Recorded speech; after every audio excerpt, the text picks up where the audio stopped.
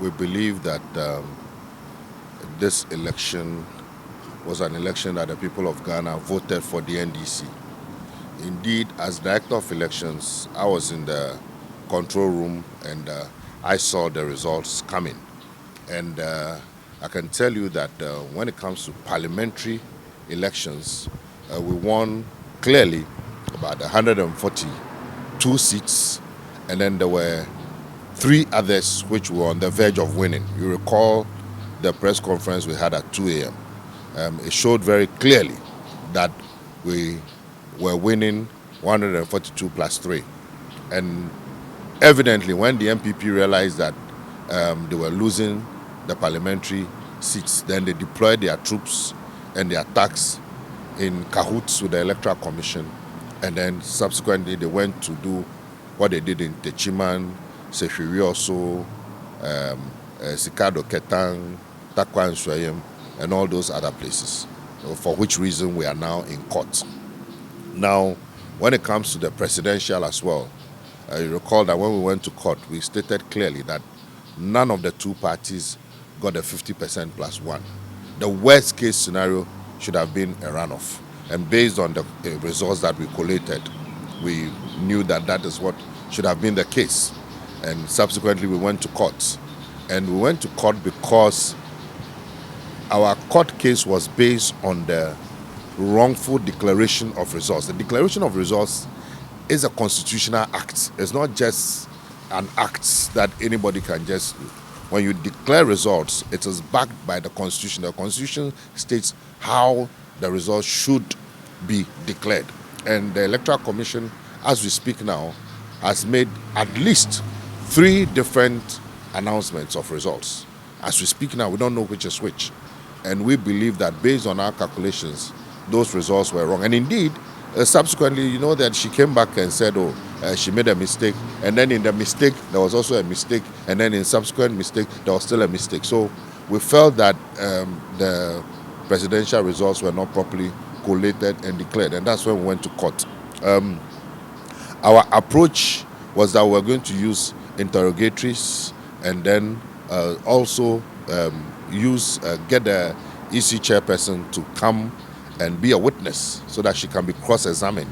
Because she's a public figure, she heads a very sensitive and important public institution, and therefore, based on cross-examination, and then we also asked for documents. She should produce the documents on the basis of which she declared the results. Unfortunately, the courts did not agree with us. And for us, we feel that it's a travesty of justice. Because what is the purpose of the judicial system? The judicial system is meant to ensure that there is fair play, is meant to ensure that there's transparency, is meant to ensure that justice is not only seen, but is not only delivered, but is seen to be delivered. And we felt that the processes that the court adopted, relying on technicalities, was not fair to us, and they denied the people of Ghana justice and the truth. Why do we say this? Because you have a situation where, at the beginning of the process, the NDC filed for interrogatories and production of documents by the EC. In the process, I was in court.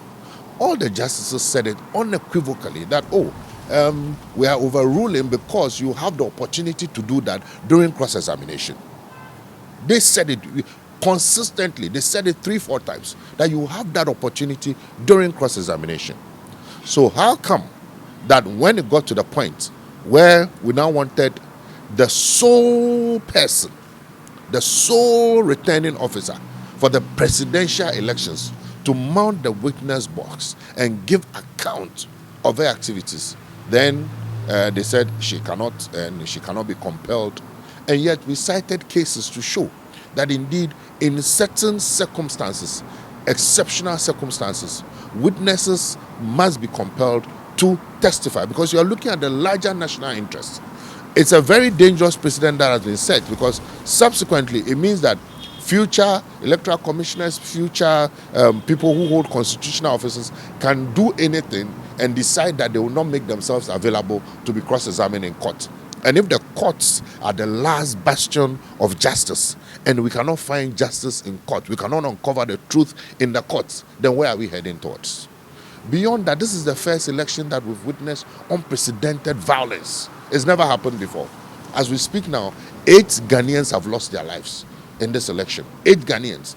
And the blood of those 8 Ghanaians are on the heads of Nana Addo Dankwa Akufo-Addo, any security people.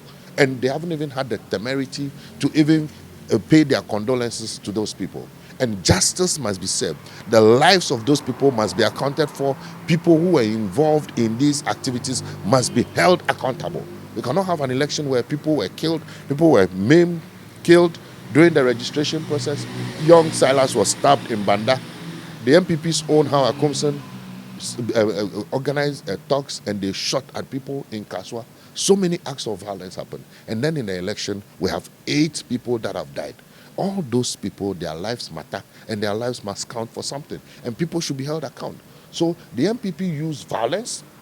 They used thuggery in cahoots with the Electoral Commission. Some of the cases are in court, so I don't want to go into the details. But it was obvious. We all saw it where people and where Electoral Commission officials declared results in without the presence of other parties, where they collected results on pieces of paper. They didn't follow due process. And these are concerns that we have going into the next election. There's a form that is the pink sheet that you use to fill the results of the polling station. What was in the CI that we all agreed on, that was approved by Parliament. Subsequently, when the EC printed that form, they removed certain portions. The portions that will enable you determine the number of people who voted manually and those who voted through the BVD. And we recall the previous elections, no verification, no vote. And subsequently, when we did our pink sheet audit, we realized that through that process, over 1 million people voted without going through that process. And because the forms were defective, which in itself is a major constitutional matter, okay? The pink sheets are major. You do a CI, take it to Parliament. Parliament approves it. Nobody has the right to vary or modify or alter that document without prior approval from Parliament. And yet that in itself is an illegality.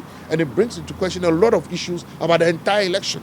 And yet, our unanimous Supreme Court will not allow us to examine the documents. They will not allow us to bring the EC chairperson to come and account for her stewardship. So that is the context in which we are. And that is why we, the NDC, believe that for us to have any further meaningful engagement with the EC, we must call for electoral reforms. And we are working on that.